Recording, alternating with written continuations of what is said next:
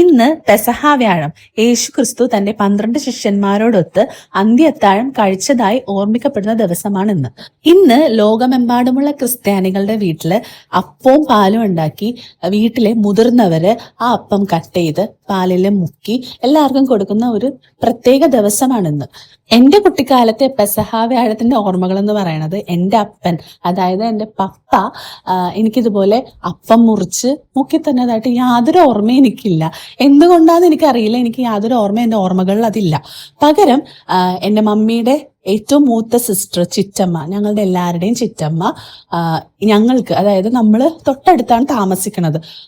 അപ്പോൾ നമ്മൾ പള്ളിയിൽ നിന്നൊക്കെ വന്ന് അപ്പവും പാലും ഒക്കെ കഴിച്ചതിന് ശേഷം അങ്ങോട്ടേക്ക് ഓടും. എന്നിട്ട് ചിറ്റമ്മ അതുപോലെ അപ്പം കട്ട് ചെയ്ത് പാലിൽ മുക്കി തരുന്നതായിട്ടാണ് എൻ്റെ ഓർമ്മയിലുള്ളത്. അത് ഞാൻ ഇന്ന് ഒരുപാട് മിസ് ചെയ്യുന്നുണ്ട്. പിന്നെ ഈ വർഷം പുതിയതായിട്ടുള്ളൊരു അതിഥിയുണ്ട്, എൻ്റെ മോൻ്റെ ഫസ്റ്റ് പെസഹ വ്യാഴവും ഈസ്റ്ററൊക്കെയാണ് വരുന്നത്. പക്ഷെ എങ്കിൽ കൂടെ ഞാൻ ഏറ്റവും കൂടുതൽ മിസ് ചെയ്യണത് എൻ്റെ സിസ്റ്ററാണ്.